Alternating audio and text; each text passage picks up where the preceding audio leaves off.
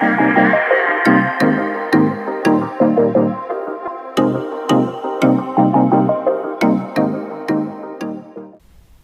Everyone, आप सभी का स्वागत है जीवा बायोलॉजी पे। मैं हूं आकार। आज हम लोग बैक्टीरिया के एक और स्ट्रक्चर के बारे में लेकर आए हैं जो कि कैप्सूल है।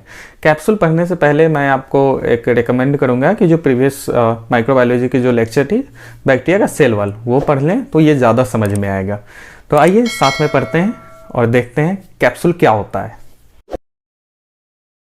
तो आइए अब हम बात करते हैं कैप्सूल। कैप्सूल क्या होता है? आज इस वीडियो में हम लोग जनरली देखने वाले हैं कि कैप्सूल क्या होता है, उसके स्ट्रक्चर क्या होते हैं, कंपोजिशन क्या होते हैं, टाइप क्या होते हैं, इंपॉर्टेंस और रोल, इन सभी के बारे में एक एक करके हम लोग इस वीडियो में देखेंगे। कैप्सूल एक्चुअली ये सारे बैक्टीरिया में नहीं पाए जाते, ये कुछ बैक्टीरिया में ही पाए जाते हैं और इसका जो जिस बैक्टीरिया में पाया जाता है उसके लिए ये बहुत इंपॉर्टेंट रोल प्ले करता है। तो आइए एक एक करके देखेंगे। जनरली हम कैप्सूल की बात करें तो कैप्सूल जो होते हैं एक कह सकते हैं चिपचिपा लेयर होता है जो कि सेल वॉल के ऊपर होता है, उसे हम लोग कैप्सूल कहते हैं। अगर ये बहुत ज्यादा थीन लेयर है तो इसको हम लोग माइक्रो कैप्सूल कह लेंगे, या अगर वो थिक है, बहुत ज्यादा है, तो उसको हम लोग स्लिम लेयर कहते हैं। जो माइक्रो कैप्सूल होता है, जो जनरली हम लोग कैप्सूल टर्म यूज करते हैं जिसके लिए, वो बहुत ही वेल ऑर्गेनाइज्ड वे में होता है और ये इजिली रिमूवल नहीं होते हैं, मतलब इजिली उसको हम लोग रिमूव नहीं कर पाते हैं।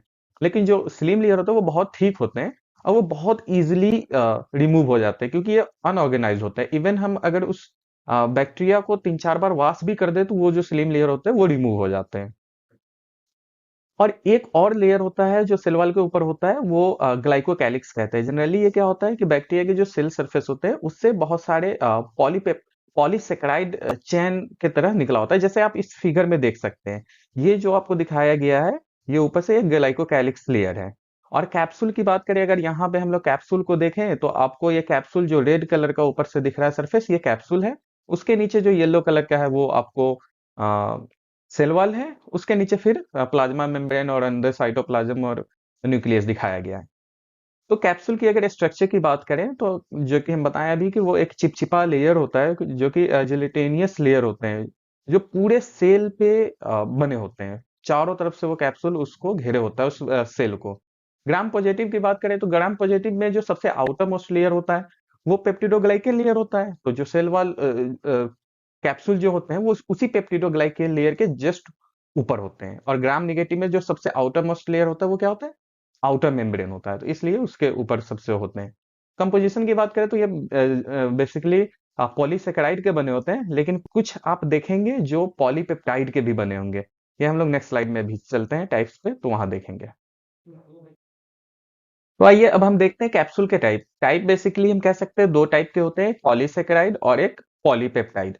पॉलीसेकेराइड जो होते हैं, जो कि poly poly means many, saccharide means sugar. तो इस वर्ड से ही समझ में आ रहा है कि मतलब शुगर की चैन अगर है, चैन का बना हुआ है, तो उसको हम लोग पॉलीसेकेराइड कहेंगे। वहीं पे पॉलीपेप्टाइड, पेप्टाइड मीन्स जो कि अमाइनो एसिड सीक्वेंस, और पॉली मीन्स बहुत सारे। तो अब पॉलीसेकेराइड के बेसिस पे देखें तो दो तरह के होते हैं, एक होमो और एक hetero. Homo homo means same, hetero means different. अगर सेम पॉलीसेकेराइड के बने हुए हैं तो उसको होमो पॉलीसेकेराइड कहेंगे, और हेट्रो मीन्स डिफरेंट अगर पॉलीसेकेराइड के बने हो तो उसको हम लोग हेट्रो पॉलीसेकेराइड कहते हैं। आप देख सकते हैं होमो पॉलीसेकेराइड के एग्जांपल स्ट्रेप्टोकोकस म्यूटेंट है, हेट्रो पॉलीसेकेराइड के एग्जांपल क्लेप्सिया निमोनिया, और आप पॉलीपेप्टाइड के एग्जांपल देखा तो बैसिलस एंथ्रेसिस। अब आइए अब हम बात करते हैं कैप्सूल के इंपॉर्टेंस क्या है। कैप्सूल का इंपॉर्टेंस जनरली हमें ग्रोथ और रिप्रोडक्शन में नहीं होता है। इवन जो बैक्टीरिया के पास कैप्सूल नहीं है वो भी नॉर्मली ग्रोथ और रिप्रोड्यूस करते हैं, जैसे कैप्सुलेटेड बैक्टीरिया करते हैं। तो इसलिए इसका कोई भी रोल आप रिप्रोडक्शन और ग्रोथ में बिल्कुल नहीं देखेंगे। लेकिन इसका डिफरेंट रोल है जो कि बैक्टीरिया को प्रोटेक्शन प्रोवाइड कराता है, डेसिकेशन से बचाता है। जैसे कि अगर आप ह्यूमन की बात करें तो बैक्टीरिया, बहुत सारे ऐसे बैक्टीरिया है जिसका होस्ट ह्यूमन है, मतलब ह्यूमन के अंदर सरवाइव करता है। तो वो कैसे? क्योंकि ह्यूमन के पास भी अपना प्रोटेक्शन के लिए इम्यून सिस्टम है कि वो कोई भी बाहर का पैथोजन आने नहीं देता है और उसे किल कर देता है वो, बिफोर वो कोई हार्म करे। तो इससे बचने के लिए बैक्टीरिया को हेल्प कौन प्रोवाइड कराता है? वो कैप्सूल प्रोवाइड कराता है, जो भी फाइगोसाइटिक सेल ह्यूमन के पास इम्यून सेल जो होते हैं उससे इसे बचाता है। अगर वो कैप्सूल रिमूव कर दिया जाए तो फिर हमारा जो हम लोग के बॉडी का जो इम्यून सिस्टम वो इजिली उस बैक्टीरिया को डिस्ट्रॉय कर देगा। तो इसलिए बैक्टीरिया का जो कैप्सूल होता है वो उसे फैगोसाइटोसिस से बचाता है, जो कि एक एग्जाम्पल आप स्ट्रेप्टोकोकस निमोनिया देख सकते हैं। दूसरी दूसरी कैप्सूल का इंपॉर्टेंस देखें तो दूसरा जो होता है कि वो जैसे कि अभी हम आपको बता रहे थे कि डेसिकेशन से बचाता है। कैप्सूल जनरली मोर देन 95% जो कैप्सूल के कंपोजिशंस होते हैं और उसका जो आप कंपोजिशंस होते हैं उसमें मोर देन 95% वाटर ही होता है। तो इसलिए ये बहुत ज्यादा वाटर होता है, इसलिए ये डेसिकेशन से भी बचाता है। एक सेल बैक्टीरियल सेल पड़ा हुआ है, वहां पे वाटर नहीं है, अवेलेबल नहीं है, फिर भी बहुत दिनों तक वो वहीं पे सरवाइव कर सकता है। दूसरा वायरस को एक्सक्लूड करता है। कोई भी बैक्टीरियोफाज वायरस है जो उस बैक्टीरिया को पे अटैक कर रहा है, तो वो कैप्सूल है तो कैप्सूल उसको उससे भी प्रोटेक्शन प्रोवाइड कराता है। वो उस वायरस को बैक्टीरिया के इनसाइड नहीं जाने देता है, उसको बाहरी से भगा देता है। तो इसलिए वो वायरस से भी उस बैक्टीरिया को बचाता है। कोई भी टॉक्सिक मटेरियल है या डिटर्जेंट है, ये सभी से बैक्टीरिया को प्रोटेक्शन प्रोवाइड कराता है कैप्सूल। उसके बाद ग्लाइकोकैलिक्स की बात करें तो ग्लाइकोकैलिक्स जो मेनली अभी आपको हम पिछले स्लाइड में बता रहे थे कि जो पॉलीसेकेराइड की एक्सटेंडेड चेन निकली होती है, तो ये जनरली अटैचमेंट में हेल्प करती है। ग्लाइकोकैलिक्स जैसे कोई बैक्टीरिया सरफेस किसी रॉक पे गया, वहीं से ग्लाइकोकैलिक्स जो है उस रॉक से अटैच होता है और उसी अटैचमेंट के थ्रू जाकर के बैक्टीरिया उस रॉक पे सालों तक जिंदा रह सकता है। और भी नॉट ओनली सिर्फ on rock but also on our tissue, कहीं भी एनिमल होस्ट में भी अगर वो अटैच हो रहे हैं तो इस ग्लाइकोकैलिक्स का ही रोल होता है वहां पर। आइए अब कैप्सूल के रोल की बात करें कि इन्फेक्शन में कैसे रोल प्ले करता है। तो जैसे कि प्रीवियस स्लाइड में हम लोग देख रहे थे कि जो स्ट्रेप्टोकोकस निमोनिया होते हैं जो कैप्सुलेटेड होते हैं तभी जाकर के वो हमें इन्फेक्शन कॉज करता है। अगर वो इनकैप्सुलेटेड है किसी भी कारण से, अगर वो रिमूव हो गया तो फिर वो निमोनिया कॉज नहीं करता है। तो इसीलिए किसी भी ऑर्गेनिज्म में जब कोई भी पैथोजन अगर होस्ट पे इन्फेक्शन कॉज करने जा रहा है तो उसकी सबसे पहले जरूरत होती है कि वो उस सेल से जाकर के होस्ट सेल से चिपके। तो जो चिपकने कह सकते हैं फेविकॉल की तरह काम करता है, कैप्सूल काम करता है उस होस्ट सेल पे चिपकाने के लिए, तो एडेरेंट की तरह ये काम करता है। दूसरी बात, जो कैप्सूल का रोल होता है इन्फेक्शन में, ये बैक्टीरियल कोलोनाइजेशन में हेल्प करता है। मीन्स कि वहां पे बैक्टीरिया एक गया और उसको कोलिनाइज होने में, एक जगह बहुत सारा इकट्ठा होने में बैक्टीरिया को हेल्प करता है, जिसके बाद वो इन्फेक्शन तेजी से कॉज कर पाए। एक बहुत ही जो कॉमन डिजीज आजकल बच्चों में होने लगा है, जो भी न्यू बॉर्न बेबी होते हैं, प्रोस्टेटिक हार्ट बल्ब इन्फेक्शन।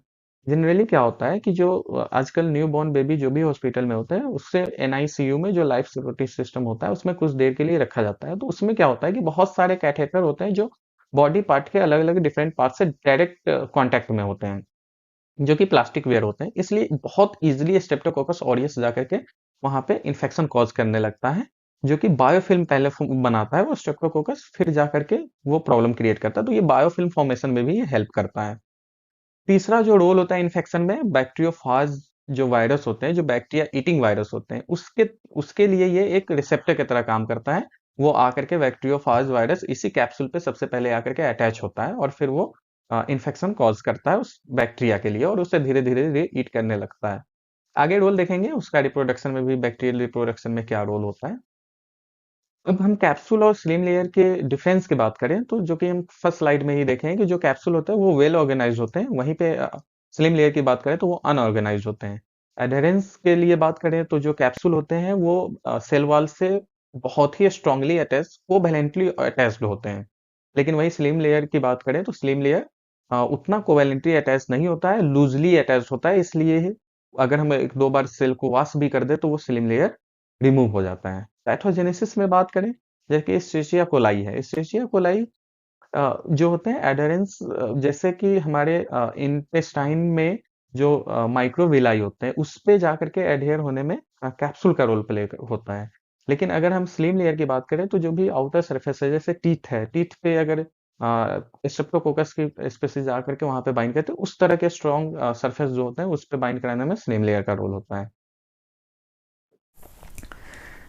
तो इसी के साथ बैक्टीरिया का जो एक स्ट्रक्चर था कैप्सूल वो ख़त्म हुआ। इसमें हमने बैक्टीरिया के कैप्सूल के इंट्रोडक्शन और टाइप और फंक्शन, रोल, इन्फेक्शन और स्लिम लेयर, ये सभी को डिस्क्राइब किए हैं एक एक करके।